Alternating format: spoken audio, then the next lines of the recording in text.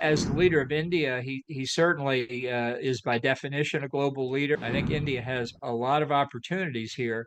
India, it seems to me, provides a very attractive place. India and the United States have a lot to talk about on a whole range of issues. Between the U.S. and India, we can have a few agreements that come out of this summit. As the leader of India, he certainly is by definition a global leader. I think he's got strong opinions on a lot of subjects. I think one of the subjects that will be discussed here in Washington will be trade relations between the two countries and integration of India, not just in the WTO context in international affairs on the economic side, but more broadly. I think that's very important. I think India has a lot of opportunities here as you see American, Japanese, European companies unwinding their supply chains in China, not making additional capital commitments.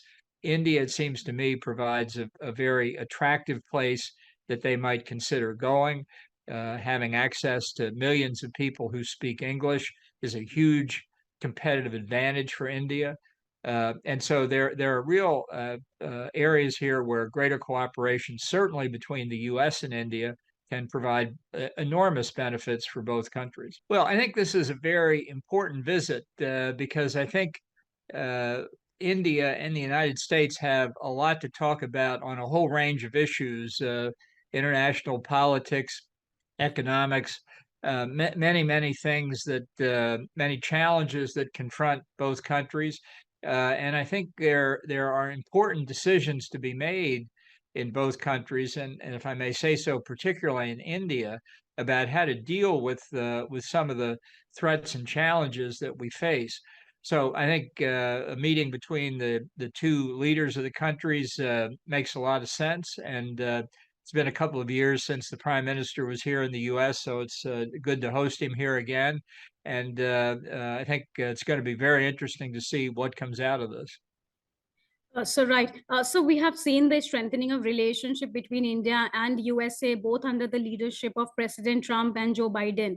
And the relationship and convergence is not only on bilateral issues, but also on multilateral fora as well. How do you see that going forward? Well, I think the big challenge that confronts India and the United States is how to deal with China. I think the view in the United States, shared to a large extent across party lines, is that China is a large threat to the U.S. and its friends and allies around the world, with its hegemonic aspirations, not just in Asia but beyond.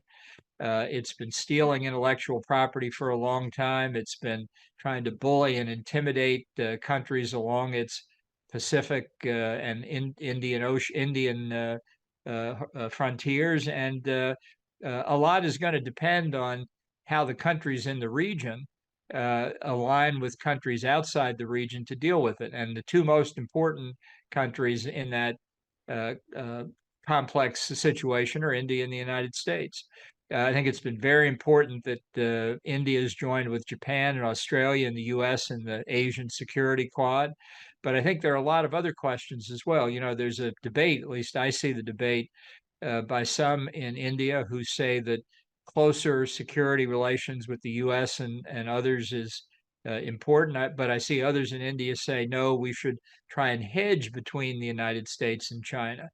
I understand there's a long history here. I would just say I think it's very difficult to walk a tightrope like that. And I think India's interests lie in closer relations with the United States. And I hope that's the view that Prime Minister Modi increasingly accepts, because I think that would contribute to the security both of India and the United States and many other countries too.